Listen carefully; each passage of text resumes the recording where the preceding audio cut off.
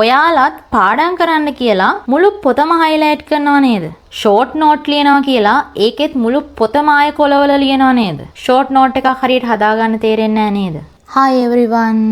ඔන්න ඔයාලා හැමෝම learn with Dula මගේ YouTube channel එකට සාදරෙන් පිළිගන්නවා. ඉතින් ඔන්න ගොඩක් ළමයි මගෙන් ඉල්ලලා තිබ්බා අනේ short notes හදන වීඩියෝ එක ඉක්මනටම අරන් එන්නකෝ කියලා. ඉතින් ඔන්න මං අද මේ වීඩියෝ එකෙන් ඔයාලට කියලා දෙන්න බලාපොරොත්තු වෙන්නේ කොහොමද short notes හදන්නේ සහ short note එකක් පාඩම් කරලා කොහොමද exam එක ගොඩ දාගන්නේ? කොහොමද exam එකට හොඳ ලකුණක් ගන්න කියලා දෙන්න. ඉතින් ඔයාලත් මේ වීඩියෝ එක ඉවර වෙනකන් නැරඹුවොත් ඔයාලටත් තේරෙයි exam එක ගොඩ දාගන්න short note කියන්නේ හොඳම ක්‍රමයක් කියලා. එහෙනම් අපි යන් වීඩියෝ එකට. දැන් ඉස්කෝලේ පොඩිම පන්තිවල ළමයින්ට නම් ලොකුවට short notes හදන්න ඕනේ නැහැ. මොකද එයාලට පාඩම් කරගන්න තියෙන විෂය කරුණු ප්‍රමාණය අඩුයි, පෙළ පොත් පොඩි. ඒ නිසා exam එක හෙට කියලා ඒ ළමයිට මොකක් හරි මැච් එකක් ගහගන්න පුළුවන්. හැබැයි ලොකු පන්තිවලට එනකොට විෂය කරුණු ප්‍රමාණය වැඩි වෙනවා. සමහර විෂයන් වල පෙළ පොත් දෙකක් තුනක් එන අවස්ථාවක් තියෙනවානේ. දැන් ගණන් විද්‍යාව එහෙම ගත්තොත් පෙළ පොත් දෙකක් හෝ තුනක් තියෙනවා. තව ඊට අමතරව ඔයාලට ටීචර් දීපු සටහන් පොත් සෙට් එකකුත් තියෙනවා. සමහර ළමයි පෙළ පොත් ටික පාඩම් කරනවා. සමහර ළමයි සටහන් පොත් ටික පාඩම් කරනවා.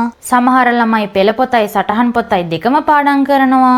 ඔන්න ඊට අමතරව ඉන්නවා තව කොටසක් පෙළ පොතත් කියවලා සටහන් පොතත් කියවලා අවශ්‍ය කරුණු ටික අරගෙන short notes හදලා විභාගෙට මුහුණ දෙන අය. තව පිරිසක් ඉන්නවා පාඩම් කරන්න තියෙන කරුණු ප්‍රමාණය වැඩි නිසා කරගන්න අමාරු නිසා exam එක අතහැරලා දාන පිරිසක්. ඔයා හිතලා බලන්න ඔයා කොයි විදිහටද exam එකට මුහුණ දෙන්නේ කියලා. exam එකට බය නැතුව stress නැතුව මුහුණ දෙන්න නම් අනිවාර්යයෙන්ම විෂය කරුණු ටික ඔයාලගේ මතකයේ තියෙන්න ඕනේ. විෂය කරුණු ටික මතක තියාගන්න හොඳම ක්‍රමයක් තමයි මේ short notes කියන්නේ. මම ඔයාලට මොටිවේෂන් එකක් විදිහට කතාවක් කියන්නම්. මම දන්න ගොඩක් ළමයි ඉන්නවා ඒ ළමයි විෂය බාහිර ක්‍රියාකාරකම් ගොඩක් කරනවා. හැබැයි ඒ ළමයි විභාගෙට හොඳ ලකුණක් ගන්නවා. හැමෝටම මේක ප්‍රහේලිකාවක්. ඔයා කොහොමද හොඳ ලකුණක් ගත්තේ කියන එක ගොඩක් අය යාළගෙන් අහනවා. මම පස්සේ හොයලා බලද්දි තේරුණා ඒ ළමයි කොච්චර විෂය කරුණු මිස් වුණත් ඒ මිස් වෙච්ච කරුණු ටික කොහොම හරි සම්පූර්ණ කරගෙන එයාලට ආවේනික වෙච්ච short notes ටිකක් හදාගෙන තිබුණා. ඒ ළමයි කවදාවත් විභාග වලට මුහුණ දෙන්න බය වුන්නේ නැහැ. මොකද එයාලා ගාව self confidence තිබුණා. ඒ කියන්නේ විභාගයට අවශ්‍ය කරුණු ටික ඔක්කොම ටික එයාලා ගාව තියෙනවා. මොකද එයාලා ගොනු කරලා short note එකක් හදාගෙන තියෙන්නේ.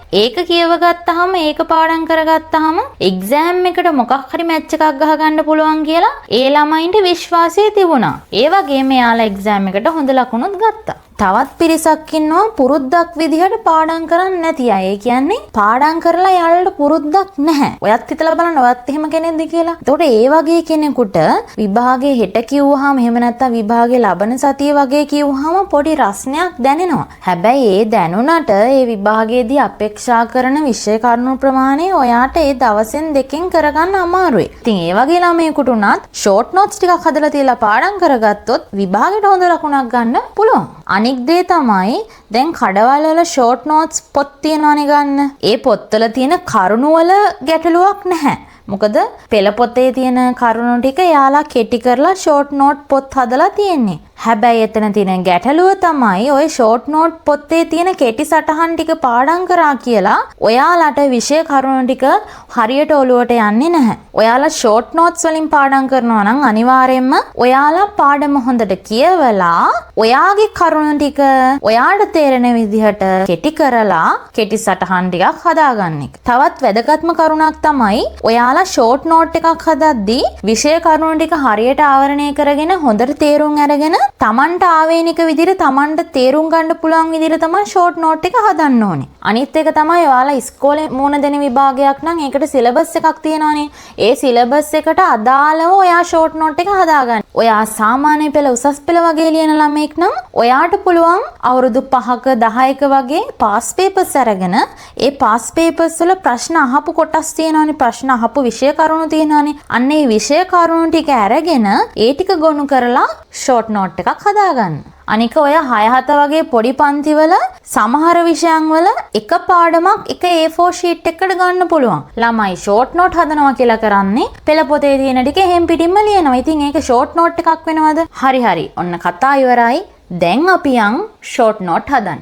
short notes හදන්න නම් මුලින්ම ඔයාලා ගාව කොළ ටිකක් තියෙන්න ඕනේ. මතක තියාගන්න කොළවල ෂෝට් නෝට්ස් හදන්නත් පුළුවන්. එහෙම නැත්නම් ඔයාලට පොතක් තියාගෙන ඒ පොතේ කෙටි සටහන් ලියා ගන්නත් පුළුවන්. ඔයාලා කැමති විදිහක් තෝරගන්න. පොත්වල කෙටි සටහන් ලියන්න කැමති අය පොත්වල කෙටි සටහන් ලියන්න. ඒ කියන්නේ පොඩි පොඩි පොත් අරගෙන ඒ පොඩි පොඩි පොත්වල එක එක විෂයට අදාළව කෙටි සටහන් ලියා ගන්න. කොළවල කෙටි සටහන් හදන්න කැමති ළමයි A4 sheet එකක් අරගෙන A4 sheet එක හතරට නමන්න පුළුවන්. ඒ කියන්නේ A4 size ඕන කොළයක් අරගෙන ඔයාලගේ අතට පහසු පරිදි ඒක නවා ගන්න පුළුවන්. අපි උදාහරණයකට ගමුකෝ A4 sheet එක හතරට නමවුවා කියලා. ඒක හතරට නමලා ඔයාලට පුළුවන් හතරට කපා ගන්න. එතකොට චූටි තීරු හතරක් එනවනේ. ඔයාලට කපා ගන්න නැතුව නමලා ඒ විදිහට ලීෆ්ලට් එකක් වගේ තියාගෙන ඒක පෙරල පෙරල පාඩම් කරගන්නත් පුළුවන්. ඔයා කැමති විදිහ. එහෙමත් නැත්නම් A4 කොලේ සම්පූර්ණයෙන්ම අරගෙන ඒක නවන්න නැතුව ඔයාලට තනින් තනින් අදාළ කරුණු ටික කෙටියෙන් ලියාගෙන තනි කොලේට අවශ්‍ය කරුණු ටික ගන්නත් පුළුවන්. මං කියන්නේ ඔයාලා කැමති විදිහක් එක්ක පොතක ලියන්න පුළුවන්, A4 කොලේ ලියන්න පුළුවන්, A4 කොලේ කපලා ලියන්න පුළුවන්, එහෙම නැත්නම් A4 කොලේ නවලා ලියන්න පුළුවන්. ඔයාට ෂෝට් නෝට් එක ආස හිතෙන විදිහකට ඔයා එක හදාගන්න. දැන් ඔයාලට හිතෙනවා ඇතිනේ මං කොයි ක්‍රමයකටද මගේ ෂෝට් නෝට් එක හදාගන්නේ කියලා. එයාලට පුළුවන් මේ ක්‍රම ඔක්කොම try කරලා ඔයාට සෙට් වෙන එකක් හම්බෙයිනේ. අන්නේ ඔයාට හිතට අල්ලන ක්‍රමය අනුගමනය කරන්න. ඕක අපිට ආයෙ දවසක කියවන්න ආස හිතෙන විදිහට අපි හදාගන්න ඕනේ. එහෙම ආයෙ නැවත කියවන්න ආස හිතෙන ලස්සනට හදාගන්න ඔයාලට highlighters, පැටිග්නම්, පාට පැන්සල් එහෙම පාවිච්චි කරන්න පුළුවන්. දැන් ඔන්න ෂෝට් නෝට්ස් හදන්න කොළ හැම අපි ඔක්කොම ලෑස්ති කරගෙන ඉවරයි. දැන් අපි යන් කොහොමද ෂෝට් නෝට් එක හදන්නේ කියලා බලන්න. ෂෝට් නෝට් එක හදාගද්දී මතක තියාගන්න ඔයාලා එක් එක් විෂයන් තෝරගන්න. ඒ කියන්නේ ඔක්කොම එකවර බදාගන්න එපා. අද සයන්ස් හදනවා නම් සයන්ස් හදන්න පටන් ගන්න. ඊට පස්සේ සයන්ස් පොත අරගෙන හොඳට බලන්න පාඩම් කීයක් තියෙනවද, අනුමාත්‍රිකා කීයක් තියෙනවද, වාරයට කොච්චරක් කරන්න ඕනිද කියලා එහෙම පොඩි රෆ් අයිඩියා එකක් ගන්න. ඊට පස්සේ අපි පළවෙනි පාඩමේ ඉඳන් ෂෝට් නෝට් එක හදාගන්න පටන් ගන්නෙ. ඔයාලා පළවෙනි පාඩම හොඳට කියව ගන්න. ඒකේ කරුණු මොනවද කියලා හොඳට කියව ගන්න. කටපාඩම් කරන්න නෙමෙයි කියව ගන්න. පළවෙනි පාර හොඳට කියවලා ඔළුවට දාගන්න කරුණු ටික. ඒ කියන්නේ හොඳට අවබෝධ කරගන්න. කියලා තව පාරක් කියවන්න. ඒතකොට තව ටිකක් මතක් වෙයි. එහෙම දෙපාරක් තුන් පාරක් කියවද්දී ඔයාට තේරෙනවා මේ පාඩමේ මොනවද අවශ්‍ය කරුණු, මොනවද වැදගත් කරුණු ටික කියලා. අන්න එහෙම තේරුණාට පස්සේ තමයි අපි ෂෝට් නෝට් එක හදන්න පටන් ගන්නෙ. පාඩම කියවන අතරතුරේ ඔයාට පුළුවන් පාඩමේ තිබ්බ වැදගත් කරුණු නෝට් ඩවුන් කරගන්න. එහෙම නැත්නම් පොතේ පැන්සලින් ඉරක් ඇඳ ගන්න පුළුවන්. මම මේ සබ්ජෙක්ට් එක තෝරගත්තේ මම උගන්වන විෂයක් නිසා මේකේ අන්තර්ගත විෂය කරුණු ටික දන්නවා. ඒ නිසා මට ඔයාලට ඒක පැහැදිලි කරන්න ලේසි නිසා. මතක තියාගන්න මේක 2025 වෙනකන් තිබ්බ පෙළපොත ලබන අවුරුද්දේ ඉඳලා, ඒ කියන්නේ 2026 ඉඳලා 6 වසරට පෙළපොත් නැහැ.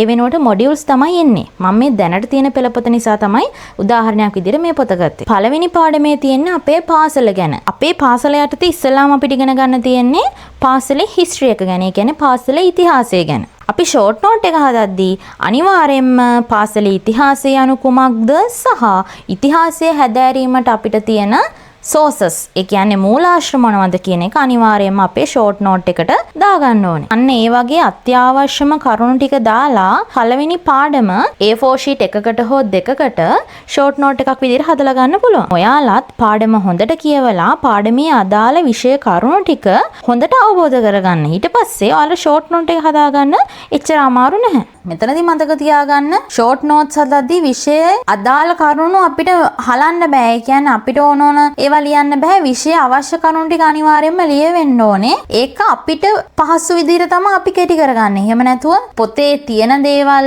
ලියලා නැතුව අපිට ඕනේ බොරු ලියලා එහෙම අපිට ෂෝට් නෝට් හදන්න බෑ. ඒකත් මතක තියාගන්න. ඊට පස්සේ දැන් අපි පළවෙනි පාඩමට අදාළව ෂෝට් නෝට් එකක් හදාගත්තා කියමුකෝ. ඒ පාඩමේ අදාළ කොළ ටික, ඒ කියන්නේ ෂෝට් නෝට් එකේ කොළ ටික හරි පිළිවෙලට පෙළගස්සලා අපිට ස්ටේප්ලර් කරගන්න පුළුවන්. එහෙම නැත්නම් ෆයිල් ක්ලිප් එකක් ගහගන්න පුළුවන්. මෙතනදී මතක තියාගන්න ඔයාලට පළවෙනි පාඩම වෙනම තියන්නත් පුළුවන්. එහෙම නැත්නම් පාඩම් ටික ඔක්කොම එකට තියලා ස්ටේප්ලර් කරගන්නත් පුළුවන්. ඔයා කැමති විදිහක් අනුගමනය කරන්න. හැබැයි මම පාඩමෙන් පාඩමට වෙන වෙනම තමයි තියාගත්තේ. මොකද ෂෝට් නෝට් එක උනත් එකට තියෙද්දි ගොඩක් වගේ දැනෙනවානේ. ඒ නිසා තමයි මම පාඩමෙන් පාඩමට වෙන වෙනම තියාගත්තේ. මං එතකොට කොහේ හරි යනකොට ඒ අදාළ කොටස අරගෙන ගිහිල්ලා පාඩම් කරලා ආයෙ ගෙනල්ලා නැවත ෆයිල් එකකට දැම්මා. ඔයාලත් මතක තියාගන්න එක් එක් විෂයට අදාළව ෆයිල් එකක් තියාගන්න. ඒ ෆයිල් එකට ඔයා හදාගත්ත ෂෝට් නෝට්ස් ටික පිළිවෙලට දාලා තියාගන්න. අනික තමයි ෂෝට් නෝට්ස් ටික විෂයෙන් විෂය වෙනමම තියාගන්න. මොකද ඕවා කලවම් වුණොත් පස්සේ ඔයාලට එපා වෙනවා. ඒ නිසා